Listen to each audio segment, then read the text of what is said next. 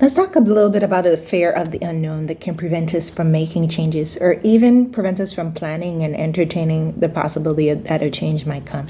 You may not be the person who initiates it, but you may be the person who has to respond to it. And to avoid some of the discomfort, you may put yourself in the space where you just simply think about how things are and think about how you are going to get through the next day. And sometimes we have to consider the next decade. So pivoting is very, very scary. Change is challenging because our mind is literally searching for things that are familiar and similar to something we've already done so that it can be at ease. So change, whether in rapid form or whether you ease into it, is going to bring additional stress.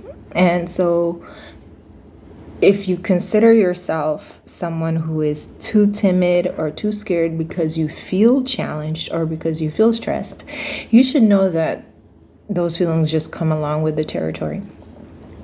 I think that one thing I want to emphasize and really encourage you as you consider a pivot, consider a change, whether little or drastic. I want you to think about how you can be at the end of this journey and not just looking at the goal, but looking at how you grow as an individual. They say it's the process, it's the journey, not the end. And I'm learning that more and more now. How are you going to learn to self-advocate? How are you going to learn to put up requirements that are going to meet your needs, not just the needs of the others who may be applying pressure? How are you going to be the person who is able to deliver when they ask you to have certain things, but only because you've already delivered on those key elements for yourself? How are you going to push back, and how are you going to create space when people invade your own space, whether it's your intellect or they want to borrow your time, something that we know they can never really give you back. And so as you prepare to pivot, you're going to go through all these different phases where people are going to literally think that you have decided to stop being their friend, or stop being the kind of relative that they're accustomed to, or stop being the kind of service provider that they've grown used to. And it's not along the lines of kind of separating yourself and deserting people, but it's more refusing to desert yourself.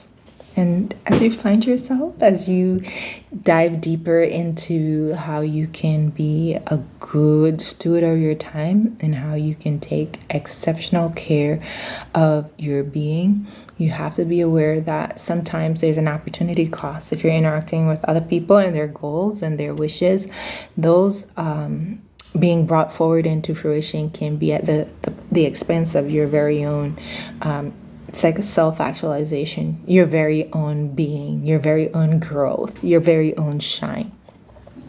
So when you practice pivoting, you are becoming this newly evolved person in this newly evolved space where everything can seem so different, even the way you breathe. The oxygen, the O2 is the same, but if it's like you're in rare air because you're coming into this space where you're allowing yourself to consider something different. And every cell living in your body, every cell is going to be complicit in this change. And so you will change because all of you will change, right? And if you can imagine, if the way you breathe, the way you walk, if those things are changing, what bigger transformation is happening inside of you, inside of your mind, inside of your body? Again, all of these things are going to be responding to how you move, right?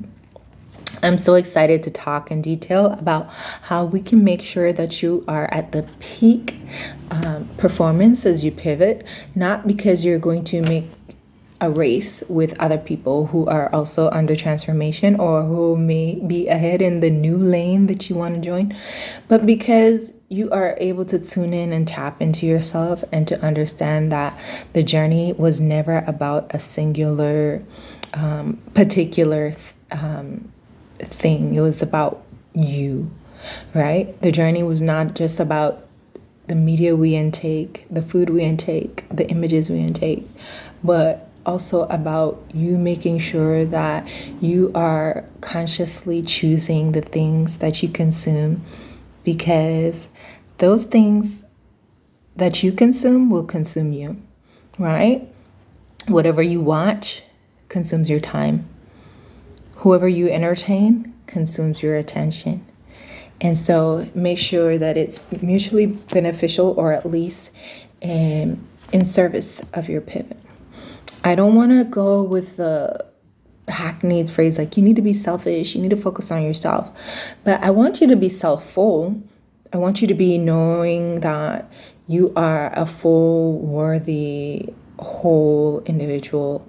And because of this, you get to take the time and energy that it takes to make your own things better. You get to do what is needed to make your life not just a living experience across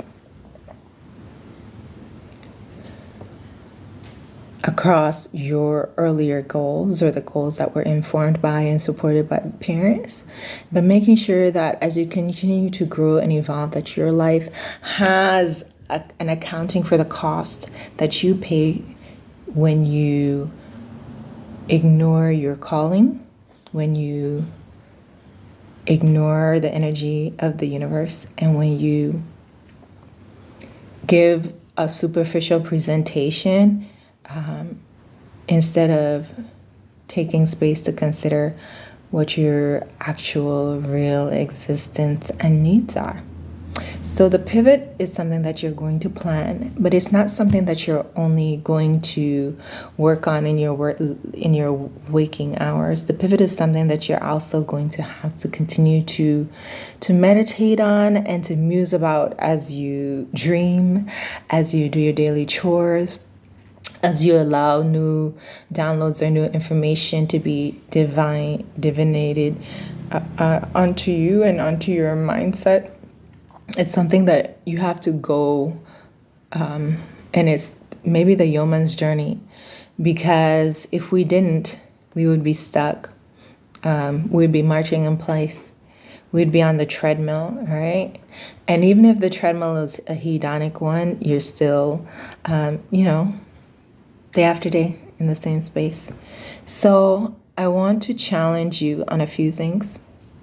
I want you to think about what would make you most dedicated, what would make you most open to a pivot, and what things do you need to adopt, and what things, people, places, things do you need to eliminate so you can pivot on purpose.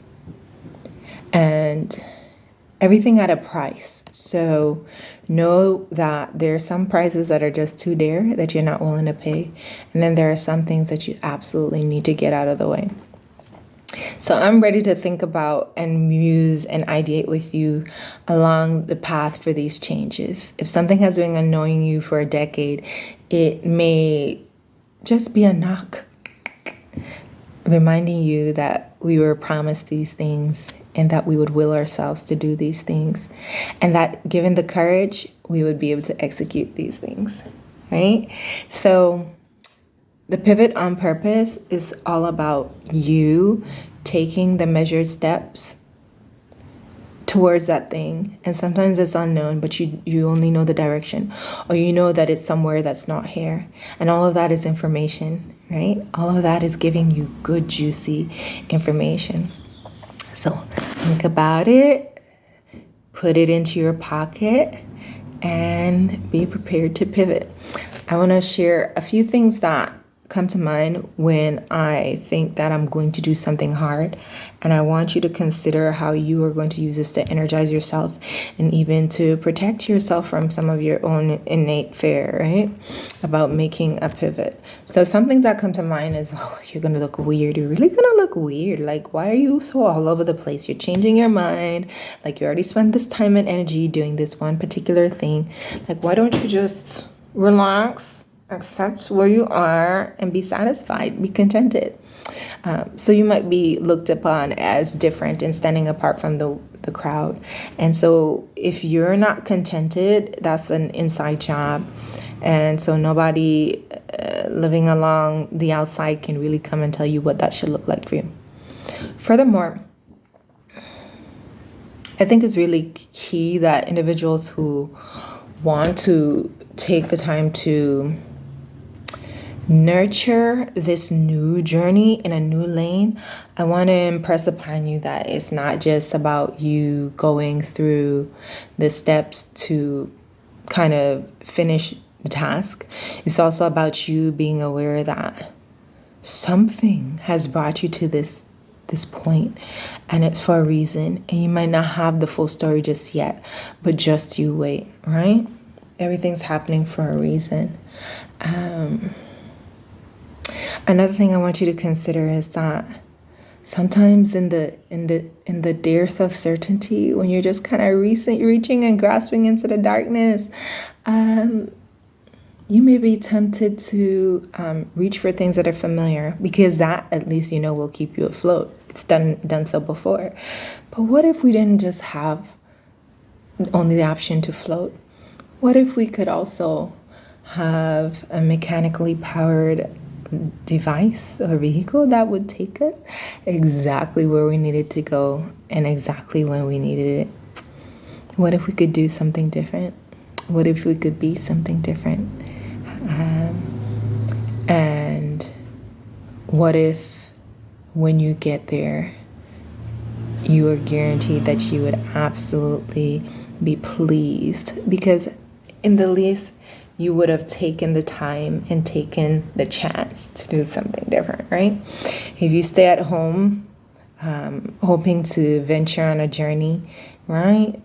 The longest journey begins with the first steps. So get ready to practice, get ready to pivot, be ready to feel like you're out of sorts and different and set apart, and maybe even weird, and maybe seeming indecisive, right? But also know that there's a reason for this, and you're prepared with the courage to keep moving, even when those feelings come up, even when that feedback comes up from a spouse, from a relative, from a friend, from a colleague.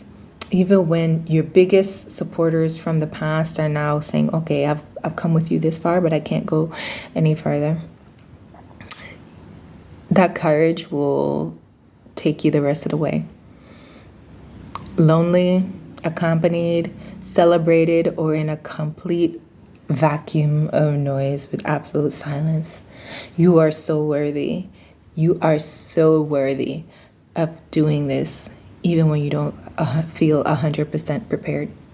So I just wanted to share that message and get you worked up, because these are things that we think about when we're at work, but it's not just at work in your actual professional career, but things that you may do at home, things you may do with friends. These are all things that you want to consider,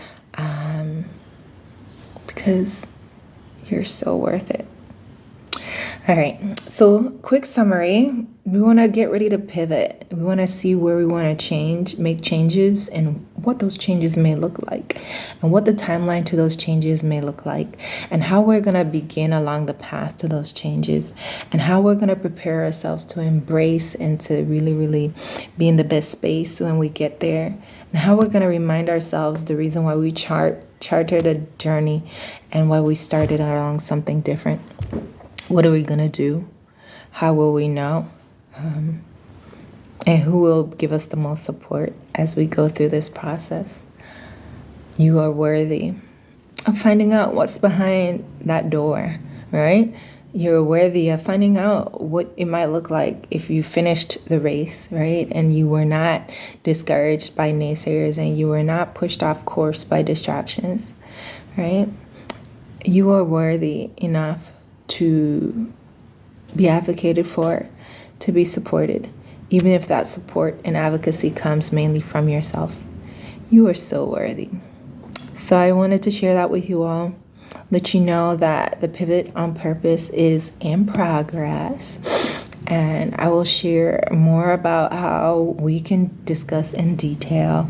And you're welcome to set up a time to talk with me. If you want to comment below and look into the description to find out where you can start if you're at a loss and don't know how to go about the pivot. I'm so excited. You are so worthy. And whether or not you know it, you are so ready to get worked out. All right, let's see what happens next with the pivot.